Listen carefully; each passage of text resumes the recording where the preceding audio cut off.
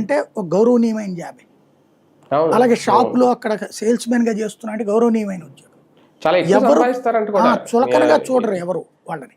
రోజుకి. అలాంటి పరిస్థితి ఇక్కడ కావాలి. ఇక్కడ జనాల్ని చూడటం హ్మ్. బిగిన్ చేయాలి. ఎందుకంటే హ్మ్.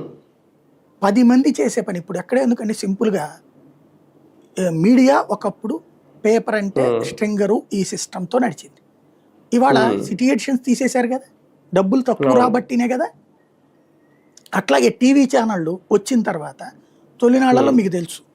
హ్మ్. ఫస్ట్ ఈటీవీ ఉన్నంత వరకు, ఈటీవీ జెమినీ ఉన్నంత వరకు తక్కువ డబ్బులే జీతాలు. నేనే ప్రత్యక్షంగా అవును. చూసాను. చాలా తక్కువ. రూ. అవును. 5,000 నాకు హ్మ్. జీతం 5 జిల్లాలు చూసేవాడిని నేను. హ్మ్. అలాంటి రోజుల నుంచి తర్వాతన హ్మ్. 24 అవర్స్ ఛానల్స్ వచ్చాక 10,000తో బిగినయి. మొదట్లో 12,000, 13,000 ఇట్లాగే ఉన్నాయి. 15,000 అట్లాగే. కానీ అవునవును. ఒక్కసారిగా ఆ సాక్షి వచ్చిన టైంలో బిగిన్ చేశారు సాలరీ హైక్స్. హ్మ్. 70% అవును. హైక్స్. ఐ అవును. న్యూస్ అవును. వచ్చినప్పుడు 40% హైక్ ఇచ్చారు. అవును. సాక్షి అవును. వచ్చినప్పుడు 70% హైక్స్ ఇచ్చారు. దాంతో పోటీ పడి అందరూ పెంచారు. ఎగబడిపోయేసి దాంట్లోకి వచ్చేసాక మంది ఎక్కువైంది, మజ్జిగ పలచనైంది. అది. న్యూస్ మీద బలహీనత అయిపోయింది. హ్మ్. చివరికి క్రమంగా ఇవాల్టి రోజున జీతాలు లేకపోతే ఏమైపోతుంది?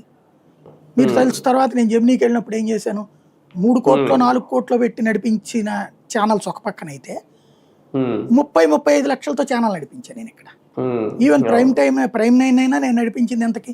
50, 60 లక్షలకి. హ్మ్. అంతే హ్మ్. కదా! నేను అవును. లిమిట్‌లో ఖర్చు పెట్టించి నడిపించా. హ్మ్.